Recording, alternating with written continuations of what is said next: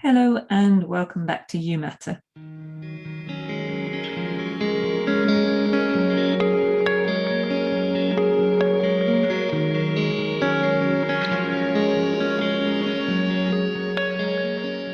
Hello and welcome to session 15 of You Matter, where I'll be talking to physiotherapist and clinic owner Sue Juliens. So Sue has been a physiotherapist for many years now. Is an extremely experienced clinician, and she has also recently dabbled with being an author. She has written a book entitled Collateral Damage, which covers her experiences growing up, deciding to be a physiotherapist, moving into this crazy world of being a student physio, working out where she fitted in the profession. And then the bulk of the book is actually around her experiences of being a physio, a clinician, and a clinic owner during COVID times. During our discussion, which is largely based around the format of the book, we talk about these topics, the lessons that we've learnt both for ourselves and our patients through the pandemic, how our practice has changed, how we may have been affected as people and as professionals, and what we might take forward from this into the future. So it's going to be a fascinating discussion for anybody who is a clinician, but really anybody who was on either side of that relationship during the pandemic. So I really hope you enjoy the discussion with Sue, and I will be back at the end. Hello, so welcome to this episode, and I'm thrilled to invite physiotherapist and clinic owner Sue Juliens to chat to me today. Now, Sue has got, there's loads of things I could talk to Sue about, but Sue is in quite an exciting phase of her life in that she has just written the manuscript for her first book.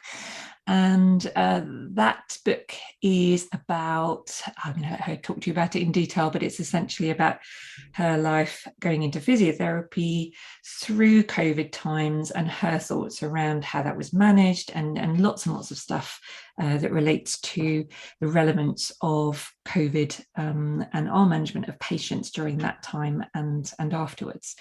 So this conversation will undoubtedly weave around all sorts of areas. It might be a long one, lots of topics that we will get stuck into. But straight off the bat, Sue, could I get you to introduce yourself and tell just a little bit about you, just the nuts and bolts of you and your career and how you got to this point, and then also how you got to the point of starting to write a book. Thanks, Joe. I moved to London 2 months after my 17th birthday from a small town in Scotland to train as a physiotherapist. Had a very lovely upbringing, perfectly normal, 3 older brothers, parents that loved me, nothing particularly privileged, went to the local state school. So I came to London and it was quite a baptism of fire. You know, all of a sudden I'm in the capital city and surrounded by a lot of different people that I couldn't understand, spoke in a different language to me. So I found college to be quite tricky, actually. And so I qualified at the age of 20. I spent some time in the NHS working for a military hospital in a rugby team, did my master's and then went into private practice since then. I started my own practice in 2003. I got married in 2005, had 2 children in 2007 and 2010. So it's been quite a busy life, as most people do have. And obviously going into the pandemic, I've got a city centre business and it was absolutely catastrophic from that point of view. But I then started to, and I was looking, like most physiotherapists, I think, looking at the pandemic restrictions kind of basically through my eyes, as if it was an episode of Doctor Who, thinking, you know, oh my goodness, is it really that much of an issue that people sit down when they go out for a walk, or maybe want to use a public toilet, or maybe can we get kids to play outside? They're not this illness or whatever, and I started to look at this, and I was bullying my mother to go outside, and who was 80, and just say, Mum, you've got arthritis, you're going to seize up if you don't get going. You know, at that age you lose it, or you use it or lose it, and you know, just get moving. And then started to think more about all of those things and children and everything else, and then I started really to write on Twitter. I think the first thread I did was how much I hate masks. Right. Because they'd come to represent to me all of the losses that I had experienced, seen in patients, seen in the people around me. And it was kind of like, it was a jolt of, oh my goodness, this is a horrible world we're now living in, where we can't even see each other's faces. And so I started to get a bit more of a following on Twitter, started to engage with some really kind of eminent people, and then just started to write in January this year, just started to write month by month what my experience was. More as a catharsis to begin with, for me to be able to process it and then put it on the shelf and leave it behind and move forwards. And so, but I've decided that either way I will publish it. I've sent the first chapter to a few agents. I've asked a few people to read it for me to give me some feedback. And I will privately publish it either way. It doesn't matter that it makes money for me. It's almost like the end of that journey, so that I can really just literally put it on the shelf and move on, taking the good stuff and trying to leave the bad stuff behind. Yeah, great. I totally understand the catharsis, and yes, I hear what you're saying, that almost at the end point of that is to get it published, just to finish it off, if you like. Yeah. And I do remember some of your early posts, and I've always been impressed, Sue, that you've been willing to take a view on topics which isn't always the most accepted or convenient or palatable at that moment. Exactly like I hate masks. I'm sure loads of us did, but really admire the fact that you've always been someone who's been willing to actually come out and say some of those things and get conversation going. So thank you for that. The book is going to be called, I understand, Collateral Damage, and I've read about a third of it, so I'm through to about the halfway through 2021, I think, and really enjoying reading it. So much of it is about COVID. We'll get onto that in a bit, but actually I was really interested in the first chapters, Sue, that essentially talk about it starts off as you as a young girl, and then you going into physio school. And if you're happy to talk about that section first, I think it would be really interesting and helpful to people who've perhaps been through the same experience or perhaps a totally opposite experience within physio school. But I just found that section really interesting. So you described yourself as quite an intellectually confident young woman or young girl, and there were various lovely lines in there about not really doubting your abilities. And there's a fantastic line that you didn't need to be put on a pedestal because you'd already created it for yourself. And this beautiful sense of come on world, I've got everything I need, let's go. And then think, well, you tell me if the timing wasn't like this, but it sounded as if, as you've just alluded, that dropping into London into physio school was perhaps a little bit of a first moment of, oh, okay, not quite how I expected this moment to go. Is that right? Well, it was all on the background of a little bit of frustration, perhaps, because I was told by my local GP, by my mother, by the careers advisor, all these people at school, women shouldn't be doctors. Right. So I wanted to be a doctor. I wanted to do medicine. I had the grades to do medicine, but I was told that it wasn't a woman's job, effectively. And this is what, 1985, 1986. Beg pardon? When I was looking at it. So I was kind of frustrated and a bit cross, and I felt I just wanted to kind of break out of what I felt was constricting me and pushing me towards something very parochial, very local. And so when I kind of came to London, it was more of a, oh my goodness, I have no idea what's going on, I was very naive, very innocent, and all this stuff is going on around me.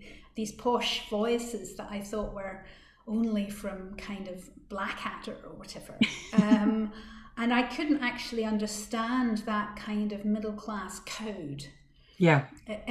of, in Scotland, everybody was really direct. And I wasn't used to people being rude by being polite, Right. and it took me a while to kind of figure out that they were being rude, actually, and quite disparaging. And also, there was this hierarchy of doctors at the top, then dentists, then physios and radiographers, then nurses, and it really was. It wasn't a pleasant environment, I didn't think, and I was particularly frustrated because I was thinking, hang on a minute, I got better results than you did, mate. With your background and your posh accent. And they were going to do medical school. They're going to medical school with 2 Ds at that point, and I had way better than that. I had A's for all my sciences. So there was this kind of like, oh my goodness, and so I had to kind of try and assimilate, but I didn't successfully manage it, I would say. Why is that your assessment? What did you feel you didn't succeed at? I just felt that there was too much to take in, process, and understand before I could. I wanted to be accepted. I tried too hard to be accepted. I lied about who I was. In a kind of, I tried to project a much more socially confident. I was always intellectually confident, but I wasn't socially confident. I didn't do small talk, and I tried to make myself seem older and more experienced than I was, and that completely fell down. So I then just hung around with people from a different university after that, and with the younger year. I mean, I was the youngest by far at 17. I shouldn't have even been drinking in the bar. And certainly, I just wasn't ready for it. Yeah, so you first experience really of trying very hard to fit in. Yeah. Another lovely phrase, Sue, that realization that people were being politely unkind, maybe not the exact words you used, but yes, you were clearly very astute, even though you didn't at that time have the tools to find a work around that. So then you obviously got your degree, survived that. I know you've said in the book, not the happiest times of your life, but you got through. So what next? Was that a physiotherapy job in London? Yep, I started at Greenwich District Hospital in 1990, and I worked for them for 2 or 3 years. I also worked for Blackheath Rugby Club. I was a physio for them for 4 years, and at the same time I did a sports diploma, and I then worked for the Army for a couple of years at Woolwich Military, Queen Elizabeth Military Hospital in Woolwich. So we're seeing people coming back from conflict zones, which was absolutely fascinating, as you can imagine, kind of psychologically. And they're just so calm. These people are telling me these hideous stories of how their leg was blown off or whatever, and they were just so calm about it, and it just kind of really fascinated how they're taught to process it, how the Army deals with that, really interesting thing. And then I went to do my master's at UCL when I was 25 and finished that when I was 26, and then went into private practice. So that was kind of my early career, really. Okay, and I know we've talked before this podcast, Sue, and you've mentioned the fact that you were aware of perhaps having to work harder than average at reading people, and it wasn't a skill that you felt was easily accessible to you in the early days, but that possibly it's made you a more astute observer, more objective observer of human behavior. Do you want to talk about that a little bit? Yeah, I mean, I think it's, I still remember an old patient that I saw years and years ago who was a Jungian psychotherapist. And he explained to me this kind of sensation, intuition, thinking, feeling. And he said, because I was like, oh, well, I'm definitely a sensation of thinking person, It's all about putting it into a chart and see what's spat out at the other end of it. But then he said, actually, if you learn to use your intuition, if you learn to use your feelings are a really good measure of, is there something wrong? And you might find you use that intuition feeling better than somebody who's never had to think about it because they've never gone out of that comfort zone. So I think that really stayed with me, and now I ever since then, and that was kind of in the late 90s, I've listened to, if I feel something's wrong, I dig, or if I'm intuiting something's wrong, I'll dig until I find out what that is, whereas I might have just ignored it before. Sure. And just thinking about what that therapist said to you, do you experience that intuition as a physical sensation, or people do experience these things differently? Some people say they feel things, like something in their gut. Other people actually get a verbal message. Other people, it's just, well, I just know. Do you know how you receive your intuition now? I just have this overwhelming sensation that doesn't make sense. Right. And so whenever I think about something, or a paper comes out or something, my first reaction is, okay, you get led down a path of most obvious, don't you? Yeah. And I always now think, why is this path wrong? Right from the beginning, because I never used to do it before, because I wasn't very adept at it. So I question right from the get-go. And if I see things like, well, hang on a minute, no, hang on, what about X? So when coming back to COVID again, when they're talking about, well, kids are resilient, and I'm like, well, no, what about X would be my first question. Or so I challenge it right from the get-go. But if I've been taken along a pathway and I haven't really thought about it, there's still the nagging becomes louder, I would say. I don't think this is right, but I'm going to ignore it. I don't think this is right. I don't think this is right. No, this really isn't right. And I process it, and then I figure out why these signals are coming into my head, and then right, I've got it now. I understand why that's not working. Yeah, and it sounds like that's now with you quite a developed and nuanced process that involves physical and psychological, emotional information that you're receiving. So I'm thinking back to the early days. We had to start with our recipes, basically, didn't we? We had our classic subjective, objective assessment, and I suppose in the best case scenario, we were working on null hypothesis against a set of physical markers. And we were taught this is right, this is wrong, which is a very blunt tool, but it's all you've got to start with. And it sounds from what you just said like, now what you're doing is you are able as a very experienced therapist now to pick up the psychological and the emotional deviations from, well, not the norm, because what's norm in those parameters, but what feels right in those situations based on your experience. Is that right? Yes, I would completely agree with that. Obviously, you do the tick box of things that you have to ask, but I wouldn't say I ever do a subjective, take a history in a normal manner. No. I'm constantly, okay, let's come back to this because we need to make sure we've asked these questions, but this is why you're having the problem, and this is where I want to go with my further questions. And I hear that all the time from coachees, actually, with some embarrassment. I don't do my assessment in any logical way. I'm just all over the place. I'm here, I'm there. And these are often really experienced physiotherapists. And it's really good to hear you say that with confidence and as a conscious decision. I've decided I need to go down this alley at this moment, and then I'll return and find some other information.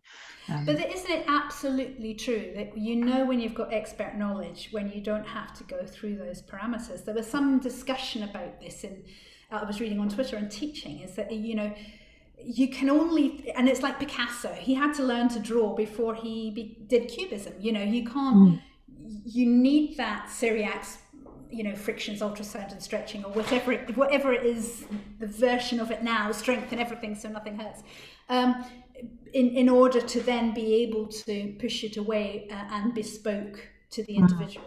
Absolutely. And it sounds like, from reading the first sections of your book, that it's exactly that deep questioning and that radar for this is not right that caused you to start asking the questions that eventually created the Twitter posts and the blogs and ultimately the book. Yeah. So tell me, in the early days of the pandemic, what were some of the, oh my goodness, this isn't right moments for you? Well, to be honest, I was so numb with the reality of dealing with what I had to deal with as a clinic owner Yeah, at the start, because I'm thinking, no, please, no, please, no, please, no, please not this happen. Please let's not yeah, have this happen. I remember. And it happened, and then I'm fighting with the insurance companies, and then I'm fighting with and then I had to sit down with my team and say, I don't know how long I can pay you for, and then I had to keep fighting, and then start campaigning for grants because we were all missed out, as you know. And so I just, I didn't actually have time to process it. I had no cognitive space at all. And it was really only when I started to look up from the immediacy of my business emergency that I started to notice what catastrophe was befalling. You look up, you see what your kids are going through. You speak to your friends, you find out what their kids are going through. You find out what their parents are going through. You find out that people don't have their loved ones in hospital. They're saying goodbye over iPads. And then we very quickly, of course, were allowed to come back to work. So I started treating patients face to face in May 2020, because like most private practitioners, as long as you had the risk assessments in place, all the clinical waste, the PPE, and I waited until the NHS, the PPE exchange was formed so that I knew that a critical care had it before I would reopen. So I managed to get some PPE so I could reopen. And it was really then when I actually, because there was such a divorce between the information we were getting on a screen, which was all most of us had, and then what I was seeing in reality. So the patients that would come and see me, the people I was working with, the business owners I'd see in the street who I knew and would chat to. So there was just this huge dichotomy of different experiences. And I'm like, hang on a minute, what we're being told on this screen isn't what's happening to normal people. It's not only me that's suffering, and my family and my mum and everything else. There are so many people like me. So when you say the screens, you're not talking about a virtual assessment screen, you're talking about what we're being told. I'm talking about the 5 p.m. press conferences or 4 p.m. press conferences, the news outlets, what the journalists were writing, what was happening on social media.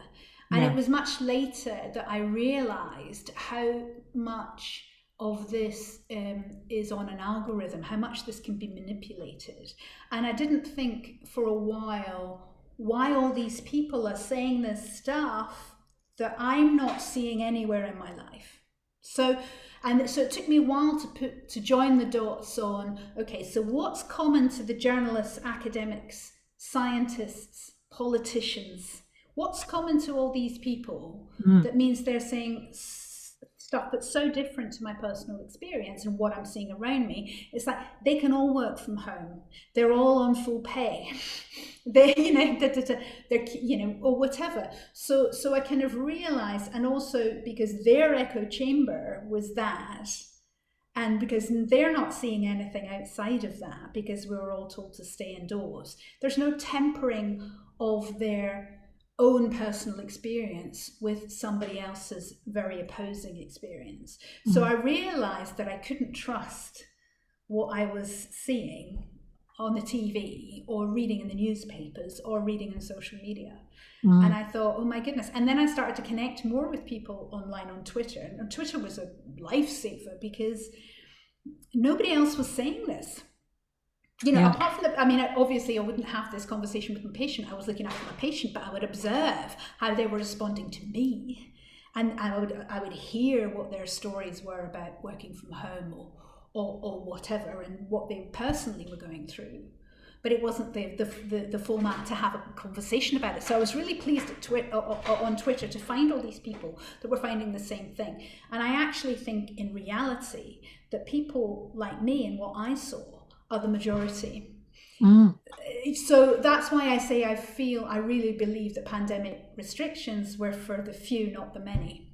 Yeah, and They you talk. just happen to be the ones with the most power and the most and the biggest platform.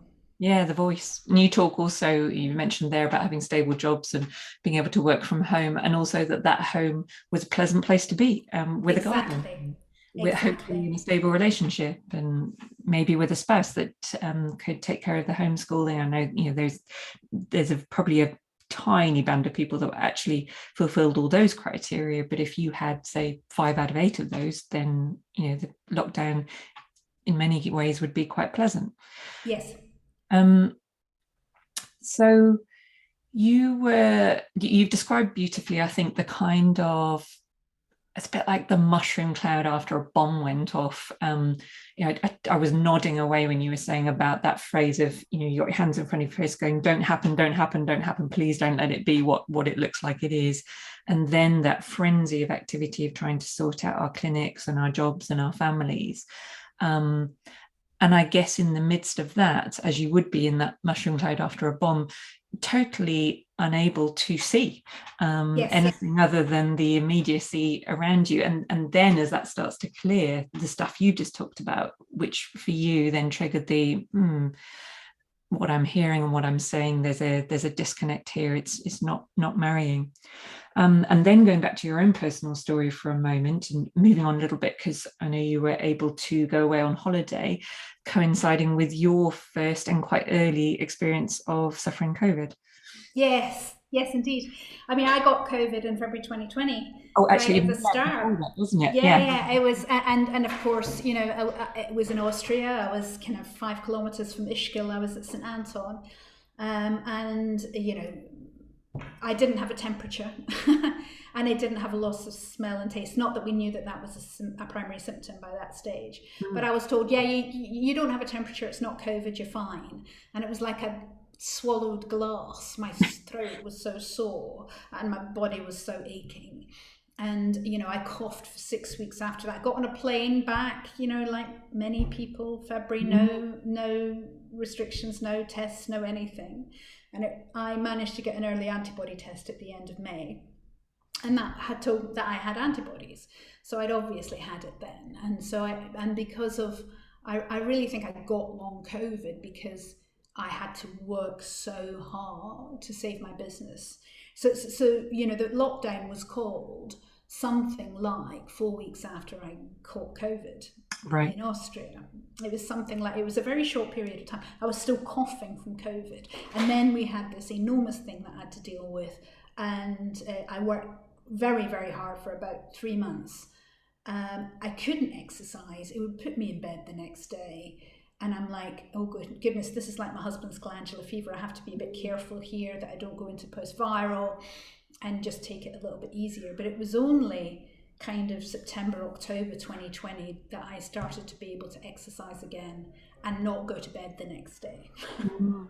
And I know you've got a theory, haven't you, Sue, which may be partly based on this personal experience, that possibly one of the indicators for a subsection of long COVID is if you are somebody who previously drove pretty hard at life, and then were suddenly faced with this situation where the mental drive was still there, but the body couldn't cope with it. I'm presuming, given the objectivity you've alluded to before, that you've observed this beyond your own personal experience. Yeah, well, absolutely. I think I was asking questions early on, and I found the physios for ME on Twitter, and they were absolutely brilliant. All of their learning stuff on this was really well done, and it allowed me to understand energy envelopes, making sure that you don't give people more than they're already doing when they're recovering from COVID, just in case you're going to fall into this trap of post-exercise malaise. So you just have to kind of really be able to recognize it, signpost some of the other stuff and send it on. But I think that really the anxiety, I think that because there are these four distinct subgroups, you've got your post-intensive care syndrome, you've got your organ damage one, which is, obviously your fibrotic lungs and various other things. And then you've got this ME, post-viral fatigue, that might become post-viral fatigue syndrome, subtype of long COVID. And then you've got post-COVID syndrome, which is this very ill-defined collection of symptoms that are common to any number of different syndromes. So if you take general anxiety syndrome, most of the symptoms are exactly the same as that group. Yeah. And what frustrates me is that the denial that pandemic stress has had, whether you agree with restrictions or not, pandemic stress on its own, living through this, plus the effect of being told to stay inside, not meet with people, not touch people, all of the things that we do for our mental and physical health were banned for us for a long time. There was no gyms, there was no swimming pools, you weren't allowed to play sport outside. And so therefore there was nothing to offset this anxiety, all causing the same brain fog, joint pain, all of the same symptoms that people are putting down to having COVID infection. So I was getting frustrated that this kind of campaign for more restrictions was actually the opposite of what a subset of people need. And I am absolutely convinced that some of those post-COVID syndromes are going to be that type, and there'll be some crossover, of course, but that type of problem. They just can't not be zero. It can't not all be secondary to COVID. And we certainly found that some of those, like the clock study they did, where over the third lockdown, where the children who hadn't had COVID, only 8% of them had one of these 14 symptoms. And then 3 months later, when they were being tested through it, 3 months later, 53% of them had symptoms in this list who hadn't had COVID. So that kind of confirmed to me what my thinking was. Okay, this has to be part of it, right? So I don't know. I wouldn't be surprised if most of that post-COVID syndrome group is an anxiety syndrome, or lack of fitness. We're all a bit fatter. We're all kind of drinking more alcohol, or not all of us. Middle-aged people are, or whatever. But there has to be a good proportion of that group that are suffering not because of COVID infection itself. And there is the, albeit largely anecdotal, observation that I think it was noticed with Omicron, that lots of people that had fairly mild symptoms of COVID then had quite significant fatigue and post-viral stuff, and maybe that ties in with it. So you're going to get devil's advocate against this, aren't you, saying, well, what about the people who are so scared of everything being opened up, people who are very vulnerable? What about the anxiety that they have been protected from by these restrictions that would have just got completely out of hand had we let everything become to run a riot and just reduce all restrictions? Well, I think that this actually is a very real problem, and those people need help, not judgment, for sure. I mean, I certainly wouldn't be judging anybody for wanting to wear a mask. If they want to protect themselves in that way, it's just I don't want them to tell me what I do at this point. Yeah. And I think that it comes back to the very deliberate use of fear at the early stages of the pandemic. I mean, Spy B decided to scare people into compliance. And however many people were trying to say to them, hang on a minute, you're not going to be able to roll this back. They still went ahead. They decided that this was important. And what people don't realize is that fear is not necessarily reliable as a judge of risk. We've accommodated to, our brains have rewired, the habit is see a mask, feel safe, because that's what we were told. These restrictions keep you safe. They're actually protections. And so and you will know this very well, the only way for people to tiptoe out of their comfort zone again is by doing it little bit by little bit, and nothing bad happens. And they don't even consciously think nothing bad happens. It's just that the lack of freak out means that they're less worried to go and do it again. A lot of it is subconscious, isn't it? So, fear is not a reliable emotion to decide or discern risk, because it's been falsely brought in, it's been deliberately used. Fear of something happening if you've fallen down a set of stairs and you look at those stairs again, you're a bit scared. Well, there's probably a reason for that, right? Work on your balance, take a little bit more care. But what was the worst possible effect? We all got COVID anyway. Obviously you want it after vaccination rather than before if you can, but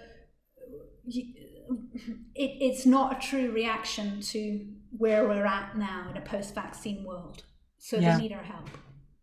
Yes, absolutely. And I think I certainly saw it within our clinic, which is relatively large and quite a mixed group of people. As you get enough people together, you're going to get mixed levels of anxiety and risk profile. And I saw it in other groups. I remember particularly a round table event that I went to speak to, where I was really surprised at the range of, even in that sort of 70 plus age group, the range of different attitudes to risk. But I think in all these different groups, professional groups and community groups and organizations, everything had really to be organized on the basis of the most risk averse, because to do anything else was just not inconceivable from even a moral point of view. It's just unsustainable, because if you don't accommodate that voice, that was the voice that kept coming back to you until you comply, basically. Yes, absolutely. But we have to understand that even coming in the first place was a big step out of their comfort zone, and that next time it will be easier, and you just have to slowly notch it down, just almost like a graded tolerance to that risk. I don't like to use graded tolerance, but you just have to go a little bit by little bit, isn't it? So apologies, Sue, I'm going to throw another devil's advocate comment at you, but what would you say to the view of, well, yes, Sue, this is great, you're speaking, you're making, as things have played out, your viewpoint has a lot of credence and value, but we haven't been through a pandemic like this before. We didn't know what was going to happen. So, we learned from experience, and then we downgraded restrictions. What would your response to that be?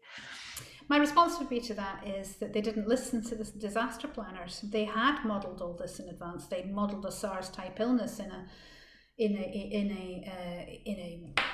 mock-up a few years ago, and the disaster planner I follow on Twitter was very vocal about this. They didn't want to know. I think they were in such a high, this is not what she said, but they just didn't listen to the experts at the outset, as far as I could see. As they had SAGE, and they had these subgroups of SAGE, and obviously they took advice, but they didn't look at what was modelled in advance. And there were people trying to say to them, look, let kids play in the park. This is not a high consequence infectious disease. They knew it before the lockdown, before the first lockdown. They knew, and they knew the age stratification of risk as well. So I would say that there was a lot that they did know early. My issue isn't actually so much that they called the first lockdown, although I still think perhaps it should have been done differently, but that they didn't unwind it quickly.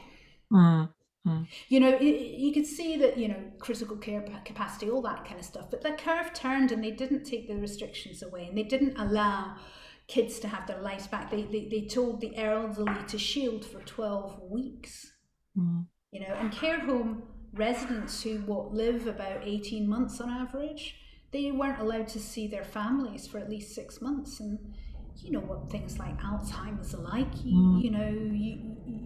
In order to reduce the speed of the decline, you have to kind of get them to see people they know, and then the light of recognition turns in, and that kind of down-powering system in the brain is arrested a little bit and kept up a little bit, so that kind of descent into frailty and confusion and everything is the deceleration is reduced. Yeah, and I know another thing you're concerned about is that the messaging, largely because of the restrictions, was in terms of physiotherapy care and clinical care was exactly counter to that. So all the things that, previously we had known to be true, that you keep these people going and it's little and often, and it's a mixture of physical exposure and social exposure, all those things suddenly, weren't possible because of the restrictions. But I know that you're quite concerned about the lack of motivation to push those comfort zones or to stretch those.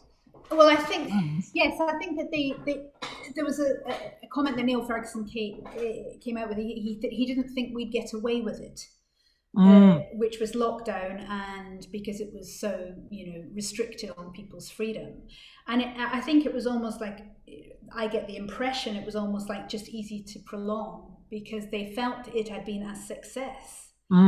So they didn't look and see, well, hang on a minute, there's so much debate on when the curve would have turned and all that kind of stuff that I don't want to get into that because that's not my area of knowledge. But, couldn't you have just released some of the bits of the Swiss cheese that were actually much more damaging than others? I mean, and also there's a point at which you think, actually, I don't care if this thing spreads, it's inhumane not to do it. You cannot have somebody on their deathbed or people miscarrying on their own or giving birth on their own. That's inhumane. The risk of infection, there may have been a risk of infection, but where do you actually draw that line? There has to be one. Yeah.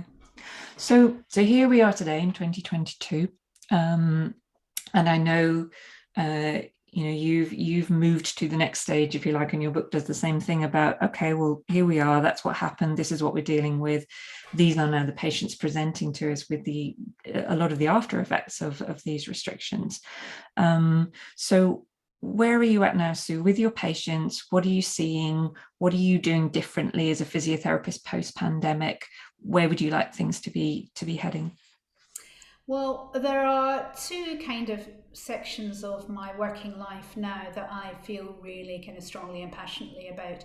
And one was the main beef of my practice before. I mean, not the main content of my practice before, which is with the office workers and what have you, is that we need to learn again the importance of downtime. Yeah. So all of these things that our vagus nerves needs to be nurtured in, one of our hugely important homeostatic equilibria, is that we need social and touch and time away from a screen. And what was really interesting for me when I was doing a lot of reading around the book was that human contact just doesn't work online unless it's not nurturing, unless you really know the person well. Because I was thinking, gosh, how do I square what I see and what I'm thinking with the fact that people have been on Skype to their grannies in Australia for years and get a lot out of that. But of course, you know your granny quite well, or at least you'd hope. And it's a bridge to the next time you see them rather than a means to itself. So I was really interesting to read that unless you really know them well, it actually makes you more anxious to connect with people online. If you know them moderately or esprit d'escalier, writ large. How did I come across in this conversation I had with this person I barely know? Or did I get my points out in this meeting? Or whatever. It doesn't nourish us. It's that simple. We have to see people in person. We have to touch others. How many people got dogs during the pandemic because they needed to touch a living human thing? They knew that their vagus nerve need nurturing even without knowing the science behind it. So my thing is with all my office workers is put the bloody phone down, excuse my language, and go out for a walk without it. Look at the sky, touch the ground, whatever. And if you can't do that, then chat to your mate, on voice as you're walking along in the night. If you need to have a little bit of white noise in order to be able to relax, put something in there that's actually good for you, and get that balance back in your life. That you're not, because even those who are working extremely hard, they go onto their phone after they finish work. No, you need to kind of have some fresh air in that. And we always understood that pre-pandemic. We need to get back to that point. The other area of practice I'm doing a lot of now, which I didn't do at all before, is the home visits. In the Barbican, there's quite a lot of retired and elderly people. We never used to get this work before. And these are people that were in hospital. I think, because you can't go and see people in hospital. People have forgotten how much families used to do for people who were in hospital. They would help to change them, help to feed them, talk to them, all this kind of stuff. And a lot of them were just kind of left a bit. I've seen a few people who are kind of basically not moved out of their beds, and are very lame, and very unconfident now being at home. So I'd like us to get to the point at which, with those older people, that there's some kind of process of getting them stronger and fitter again, too, so that we don't need to be called in. We shouldn't be called in to this stuff as private practitioners. This should be happening in the NHS. And I worry about the ones that can't afford to call people like me in. Yes. And I know you mentioned, when we've talked about this, the idea that this aspect of care that you're talking about, you put under the umbrella of coaching. And certainly a lot of the things that you've just talked about, particularly the tactile stimulation, I talk about a lot with people as grounding techniques, getting yourself back to something that is actually real. So you said to your office worker, go out, look at the sky, feel the grass. The grass is there. It's true. It's not some notional theory about work or about COVID or whatever. It's actually here. And there are sensations going on in your body. Can you feel them? What are they? And all those things in coaching terms come under the umbrella of grounding. And I know when we were talking before, you were talking about the difference between internal and external locus of control and which aspects of those may or may not be under somebody's control. Can you talk to me a little bit about that aspect of it? Yeah, sure. I think that they obviously, with as I say, my caseload is usually people who have come for a second opinion. They've had their spontaneous recovery. They've seen another physio. They've, so any kind of placebo response that's or spontaneous improvement has already happened. So what I tend to look at, and with any of these people, you've got a whole set of different drivers for their complaint. There's usually not one. It's not like they've fallen down the stairs and hurt something. It's like they work too hard. They did. So there are several different things, and only some have they any ability to control. There's no point in saying to somebody, okay, you need to go to the gym 3 times a week and do X, Y, and Z when they're working from 8 a.m. to 10 p.m. every day. It's just not going to happen, So you just make them frustrated, and they're just not going to improve. So you have to kind of discover, where do they have the ability to change, and that's the only time you can give them an internal locus of control. But you have to be able to identify that first. Okay, so I am working really long hours. Do I have the ability to stick in my headphones and make it a voice call and walk up and down for a bit, or lie on the floor in a cactus position if I'm getting really tight and getting some nervy pains or whatever?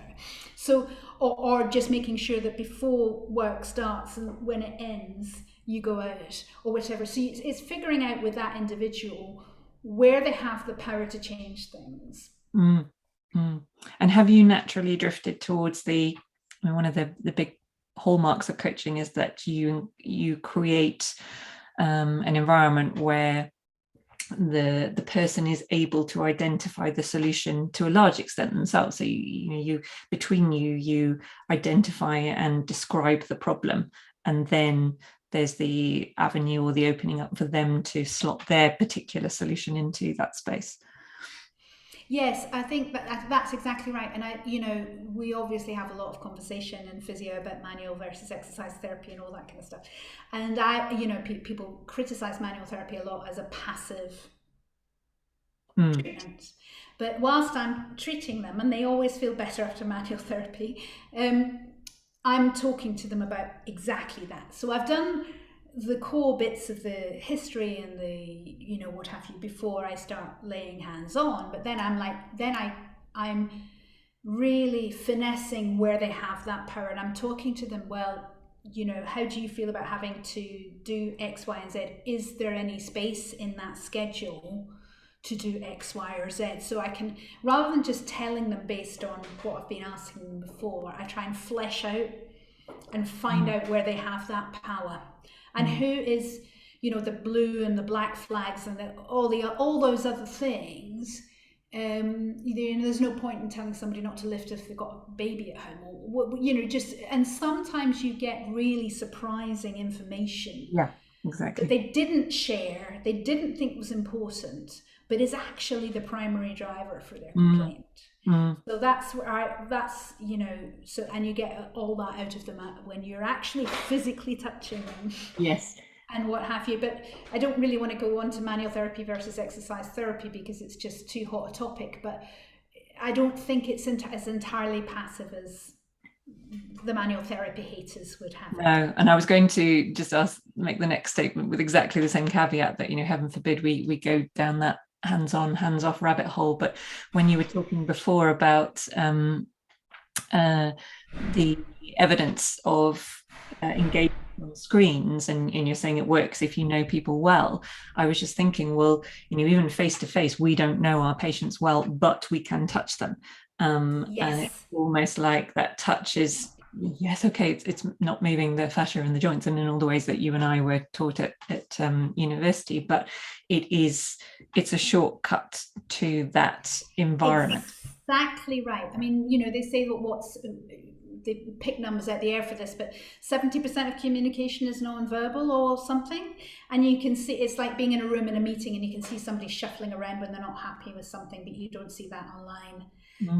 Or a patient, or you follow a patient up the stairs and you see how they're moving, or you touch them and they respond in a certain way, or whatever. So all of those radars are on, the spider senses are on, and you get so much more information that way. And when they leave, you've got as good as a handle. You're not thinking, oh, I should have asked them X question, because it really relies on so much verbal articulacy, if that's a word. And I'm a terrible Mrs. Malaprop, and I come out with the wrong words all the time, and sometimes I can't think about how to express myself well or ask the question well. So I have to kind of do it 3 times, because I'll ask a question, they'll take completely the wrong, oh no, I mean that. Oh, right. I see where you're going to there. So yeah, absolutely. It's a huge shortcut, isn't it? And also turning the mirror around the other way, what about us as therapists? So we were kept at home, told to work from screens. So all our little ways in were removed. We were at home, many of us battling all the things external to work that you were talking about, with families and children at home and all the rest of it. At the same time, this message is almost growing that, well, don't worry, because virtual works, and you don't need your hands as much as you thought you did. I wonder how much of that hands-on actually is beneficial to us as well, and also enables us to be who we need to be. I'm just mindful of a funny personal anecdote. So at the end of last year, I went on a speaker training course, and in the first days of the course, they made us stand with our arms by our side, and we weren't allowed to make gestures. As the course went on, they introduced very deliberate movements and gestures to illustrate points, but I was absolutely stymied verbally when I couldn't move. And I am a very exercise-based therapist, Like you, I sometimes get my words mixed up, and much more so if I can't move. And I realized how much over 25 years of physio, movement and verbalizing a thought have almost become synonymous, as I Yes. suspect has touch. That are over the number of years we've been therapists, whether hands-on is therapeutically beneficial in the ways we were taught, I suspect even so, there are many neural pathways now deeply ingrained with us which Yes. associate having your hands on someone, moving yourself, explaining something, and engaging with somebody. Yeah. It's an uncomfortable truth, and the some of it's about us and our comfort in the way that we practice. And I Yeah. certainly think that there are skills that you gain. I'm a lot better at doing my virtual consults now, and I only tend to do them when it's somebody who needs a workstation assessed at home or whatever. But I do think that they've had have their place, and they work in specific things. Like if you've got somebody who's just injured themselves and wants advice, that's perfect.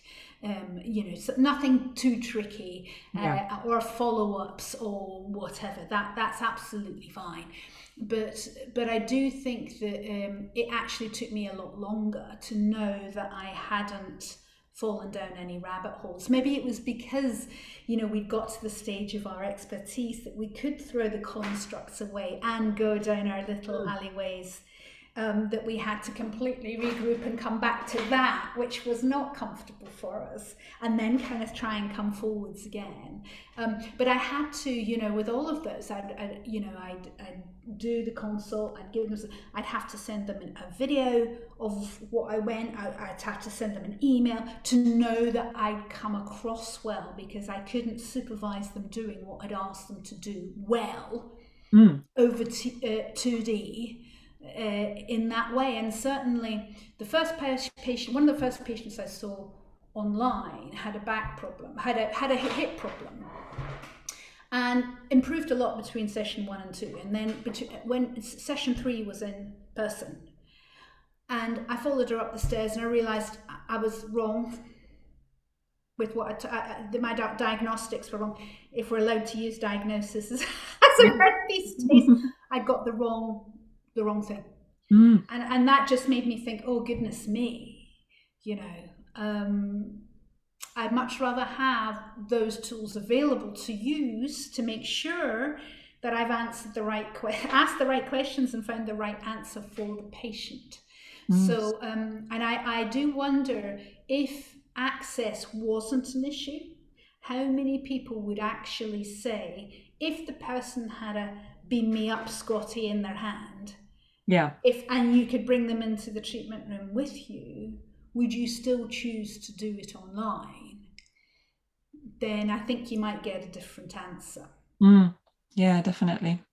Yes, it was a very complex problem, and I only really started coaching physiotherapists just before the pandemic, so it's hard to answer this question, but certainly a lot of the conversations I've had with physiotherapists and clinicians have been around elements of imposter syndrome and worrying that they've got things wrong.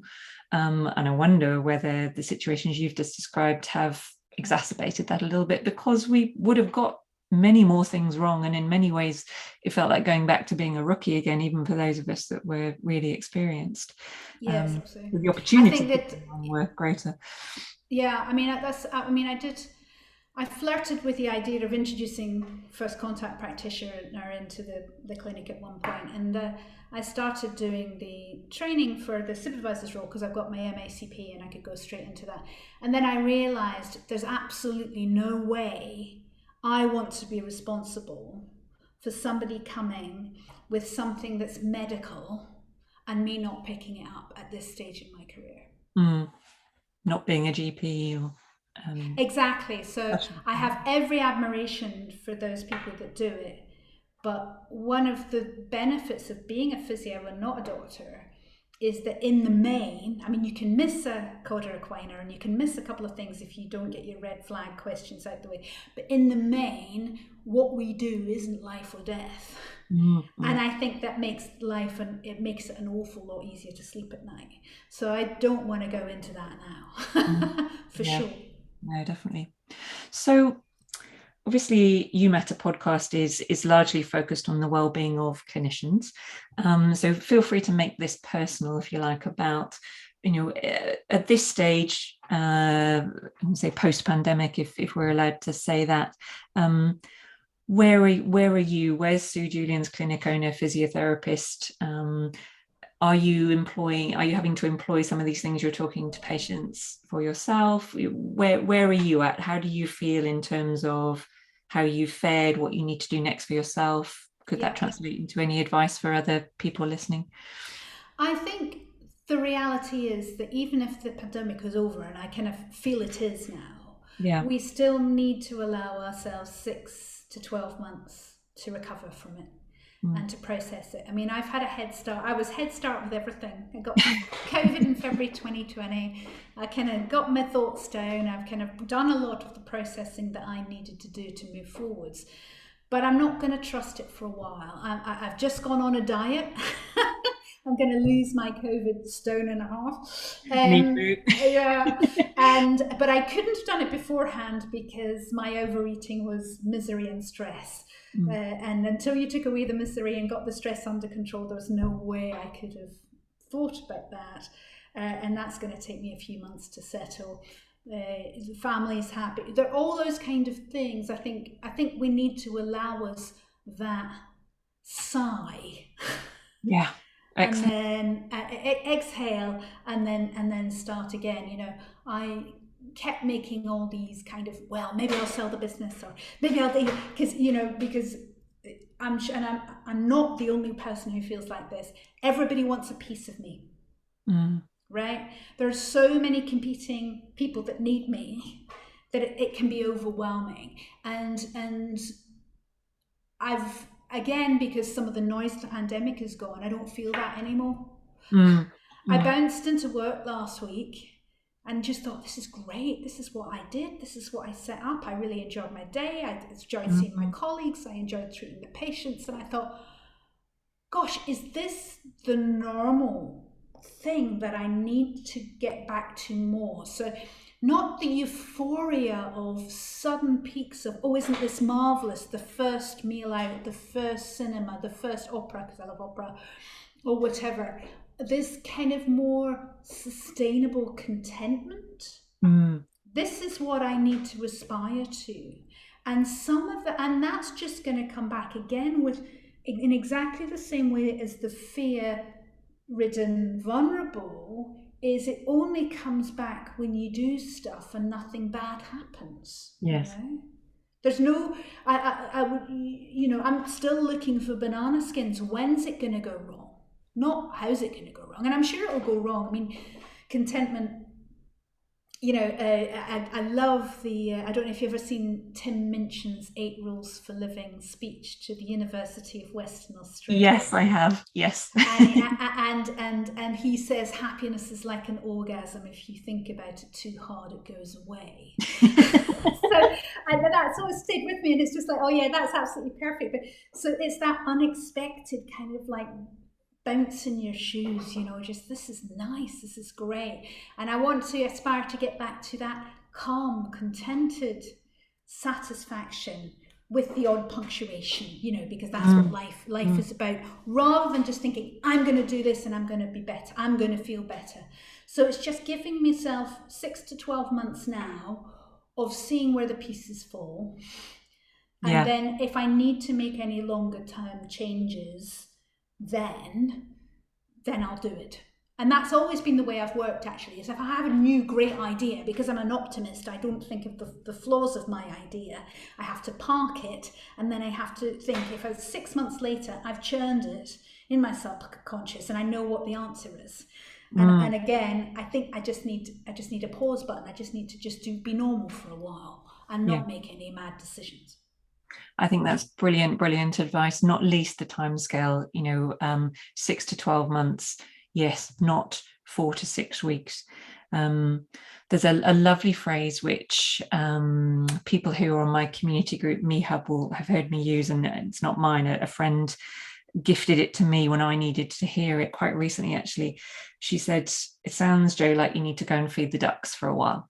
And she said, "Oh, you know how every sort of sitcom, particularly based in London, where they can only go to the park, there's a scene where maybe they don't even show the ducks, but you can tell by the action and the conversation that they're feeding ducks, and it's usually in the aftermath of some disaster." And so, I reiterated this phase on MeHub, and sometimes you need to feed the ducks even when there aren't any ducks. Well, exactly. I say it as I want to delight in the ordinary. Yeah.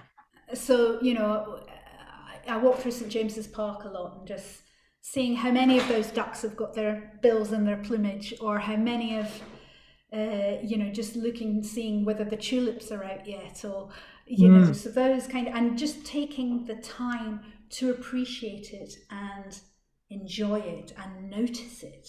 Yes. Is the thing. It has to be an active look at the moment. Yeah. I can't just automatically expect that to happen.